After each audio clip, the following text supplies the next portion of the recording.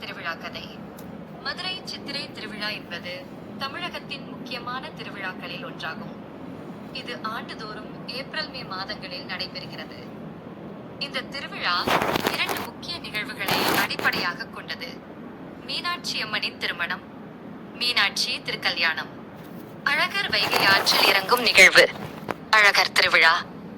மீனாட்சி திருக்கல்யாணம். மதுரை மன்னர் மலையத்துவஜ பாண்டியனுக்கும் வைகை நதியிலிருந்து தோன்றிய தேவி மீனாட்சிக்கும் திருமணம் நடக்கிறது. மீனாட்சி துர்க்கையின் அம்சமாக கருதப்படுகிறாள். அவள் சைவ முறைப்படி சிவபெருமானை மணக்க வேண்டும் என்பதே இத்திருவிழாவின் முக்கிய அம்சம். இறுதியில் சிவபெருமான் சுந்தரேஸ்வரர் என்ற பெயரில் மதுரைக்கு வருகிறார். மீனாட்சியுடன் திருமணம் நடைபெறுகிறது. அழகர் திருவிழா. அழகர் எனப்படும் விஷ்ணு தனது தங்கை மீனாட்சியின் திருமணத்திற்கு அழைக்கப்படுகிறார். அழகர் அழகான வாகனங்களில் பல்லக்கில் சப்பானி சாமி யாத்திரை செய்து வருகிறார். ஆனால் அவர் திருமணத்திற்கு தாமதமாக வந்துவிடுகிறார். இதனால் திருமணத்தில் கலந்து கொள்ள முடியாமல் வைகை ஆற்றில் இறங்கி அருள் பாலிக்கிறார்.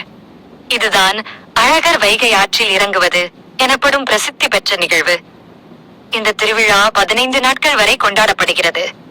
செங்கமல வண்ண அலங்காரங்களும் பூக்களின் வாசனையும் பக்தர்களின் கூட்டமும் இந்த திருவிழாவை ஒரு மகா விழாவாக மாற்றுகிறது.